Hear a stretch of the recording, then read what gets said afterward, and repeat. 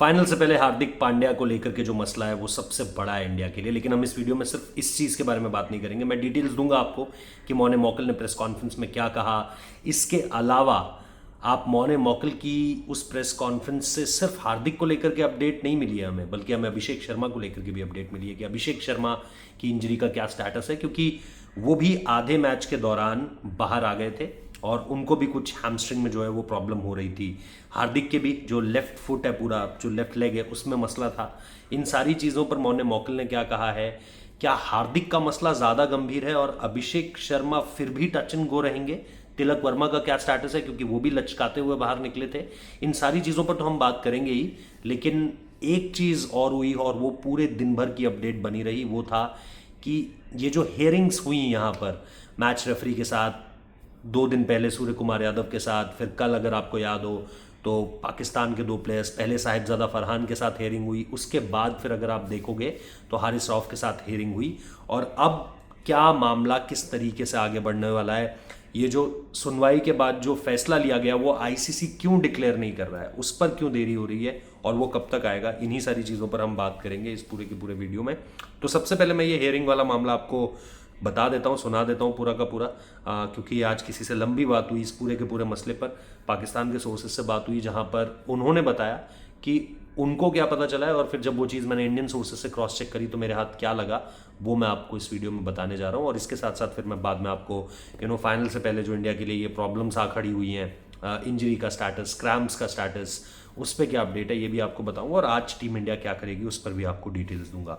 So at this point of time अगर हम देखें तो सबसे इंपॉर्टेंट जो आज का दिन शुरू हुआ उसमें 2 हेयरिंग्स हुई अलग अलग। पहले एक हुई साहिबजादा फरहान के साथ, जिनको ये बताया जा रहा है कि बिना किसी पेनल्टी के छोड़ दिया गया। क्यों? क्योंकि एक तो वो नए हैं अभी इंटरनेशनल क्रिकेट में, दूसरी सबसे बड़ी चीज़ कि उन्होंने अपने सेलिब्रेशन को अपने कल्चर के साथ जोड़ दिया।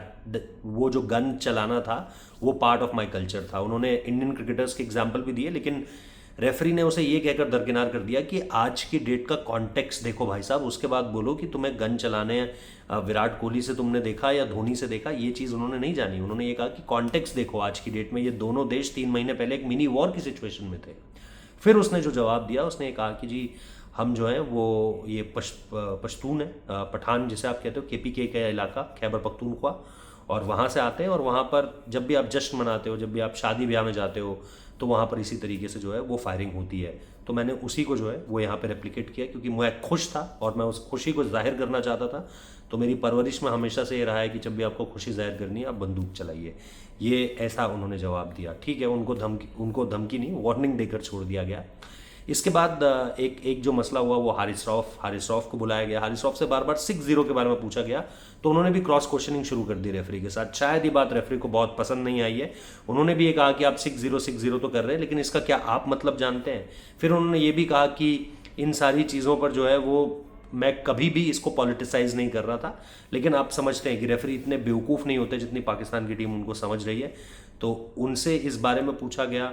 बाकी भी इंसिडेंट्स पर उनसे चर्चा हुई, जो वो मैच के दौरान बॉलिंग कराते वक्त लड़ाई झगड़े कर रहे थे, कभी शुभमन गिल के साथ, कभी अभिषेक शर्मा के साथ। संजू के डिसमिसल के बाद उनका वो ओवर रिएक्ट कर जाना, हालांकि उसको पेनल्टी का कारण नहीं माना गया। जो पता चल रहा है कि 30% की जो पेनल्टी है वो उन पर लगी है।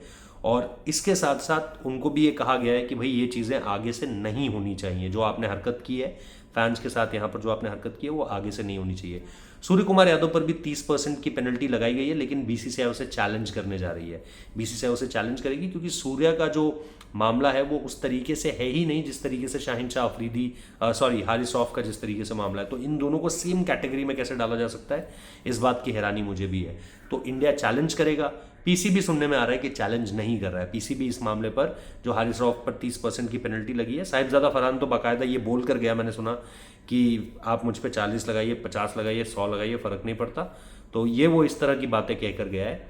यहाँ पर जिस तरीके से जो बात हारिस रऊफ ने कही है उस पर उनको 30% झेलना पड़ा है, और सूर्या 30% बीसीसीआई मानने को तैयार नहीं है, इसलिए वो उस पर एक काउंटर अप्रोच जारी कर रहे हैं और ये चीज़ हो भी चुकी है। इसके अलावा जैसे मैंने कहा, अब आपको ये देखना है कि ये जो रिलीज़ है, प्रेस रिलीज़ जो है वो इसलिए आईसीसी की तरफ से रोकी जा रही है कि भाई ये टूर्नामेंट खत्म होने दीजिए। एक बार ये टूर्नामेंट खत्म हो जाए तो फिर हम इसके आगे इसकी कार्रवाई करेंगे। एक चीज़ मैं और आपको बता दूं, बड़ा कदम मुझसे नकवी पर भी उठाया जा सकता है, जिसके बारे में अभी एक जैसे मैं कहूँ कि अभी इसके बारे में ज़्यादा शोर शराबा नहीं है, लेकिन इसके बारे में चर्चा हो रही है। एक बार ये टूर्नामेंट खत्म होने दीजिए, आप देखेंगे कि मोहसिन नकवी को भी फटकार पड़ेगी। दूसरी जो सबसे इंपॉर्टेंट चीज़ मैं आपके साथ शेयर करना चाह रहा था, हार्दिक पांड्या को लेकर के अगर आप इस समय पर देखेंगे तो ये ज़रूर है कि आज का दिन बहुत इंपॉर्टेंट रहने वाला है, क्योंकि यही एक दिन है, इसी दिन में रिकवरी करनी है टीम को। टीम का आज अभी तक जितना मुझे पता चला है, कल भी बात हुई थी लोगों से, उन्होंने कहा कल कोई प्रैक्टिस नहीं है, कल कोई प्रेस कॉन्फ्रेंस नहीं है, कुछ नहीं है, टीम सिर्फ आराम करेगी और इस आराम में उनका एक रिलैक्स रात की नींद रही है। उसके बाद आज सुबह का जो ब्रेकफास्ट है, उसके बाद जो post recovery post match recoveries होती हैं, आइस बात होता है, उसमें स्विमिंग पूल के सेशन होते हैं, उसमें रिलैक्स करना होता है, उसमें मसाजेस होती हैं, फिजियोथेरेपी होती है, ये सारी चीज़ें उसका हिस्सा होती है। जिसको जो चाहिए वो वैसे आपको आज अपना दिन आगे काटता हुआ दिखाई देगा। हो सकता है कुछ प्लेयर्स थोड़ा सा बाहर भी निकले, तो अगर आप डाउनटाउन दुबई की तरफ कहीं हो, बुर्ज खलीफा के आसपास, बिजनेस पे के आसपास, तो आपको प्लेयर्स मिल भी जाएंगे। इन सब के बाद हार्दिक पांड्या वाला जो मसला है वो पूरे आज दिन बना रहेगा, क्योंकि हार्दिक को लेकर के ये बोला गया है कि आज के दिन हम उन्हें ऑब्जर्व करेंगे।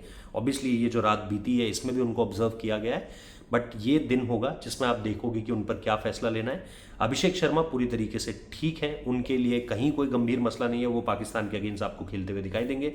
तिलक वर्मा को लेकर भी मैं आपको ये बता दूं कि वो थोड़ी देर के लिए बाहर जरूर गए थे, लिम्प करते हुए गए थे, उस समय पर डर जरूर लगा था, लेकिन तिलक वर्मा थोड़ी देर बाद वापस आ गए थे। तो ये जो पाकिस्तानी जर्नलिस्ट, जो सो कॉल्ड जर्नलिस्ट हैं, जो फैंस हैं उनके, जो ये सोच रहे हैं कि अरे ये भी नहीं होगा इंडिया वर्सेस पाकिस्तान फाइनल में, वो भी नहीं होगा और भी प्लेयर्स नहीं होंगे, सिर्फ हार्दिक को लेकर के अभी भी मसला है। कुछ अपडेट आएगी तो हम आपको बता देंगे, लेकिन इसके अलावा बाकी सारी चीज़ें टीम इंडिया के पॉइंट ऑफ व्यू से पूरी तरीके से ठीक है। Thank you so much for watching. Subscribe कर लेना, नोटिफिकेशन बेल प्रेस कर देना, बाकी मिलते हैं।